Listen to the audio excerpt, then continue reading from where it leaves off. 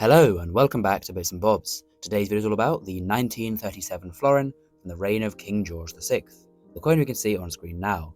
I'll first go through the design of the coin and then move on to the facts and figures. So here is the reverse design done by George Kruger Gray, whose initials KG can be seen to the stem of the rose. The rose being the main design, a lovely ornate rose takes the centre stage with a lovely crown to the top, then to the side, on the left is the thistle for Scotland and the shamrock for Ireland, of course the rose being for England. We then have the initials GR for George Rex, King George in Latin. Speaking of Latin, to the top we can see a Latin legend, reading Fid Def Ind Imp. This translates to Defender of the Faith, Emperor of India, again in reference to King George VI. To the bottom is the denomination of the coin, or the value, of 2 shillings, and then to the side of the date, 1937, the first year of this design, and the first year King George VI appeared on florins, and here he is to the obverse.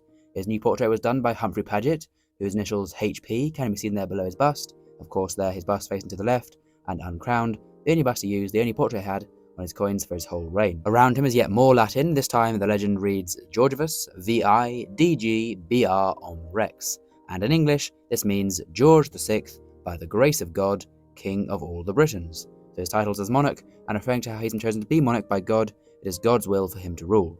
We can see small teeth, milling or beads around the rim, there so as make sure no one can clip any silver or shave any silver off the coin and steal metal from the coins of the Majesty, of course being illegal to do.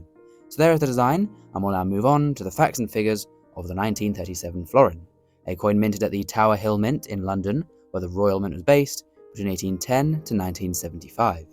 The coin is composed of 0.500 silver, so 50% silver, and the other half, the other 50%, is composed out of manganese, so 2 metals, a 2-metal alloy for this coin, with precious metal being still used in coins at this time. The weight of the florin was set in 1849 to 11.3 grams and was unchanged ever since.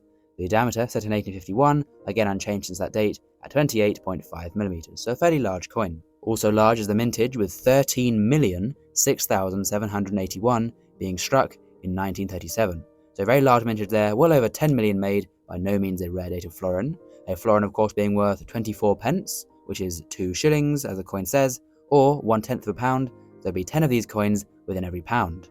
And back in 1937, when the coin was struck, 1 florin was equal to £8.40 today. So not too far away from being a £10 note today, or a florin back then, as good comparisons for the value of the coin.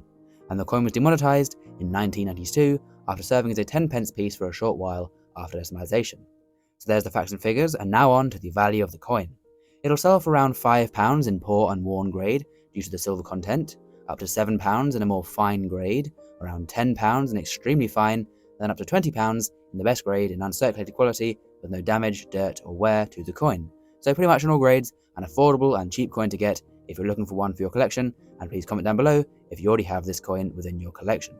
Of course as well, please do subscribe to the channel if you've learned something new and enjoyed, and thank you for watching to the end. We'll see you again soon for some more coins in the future on Bits and Bobs. Bye for now.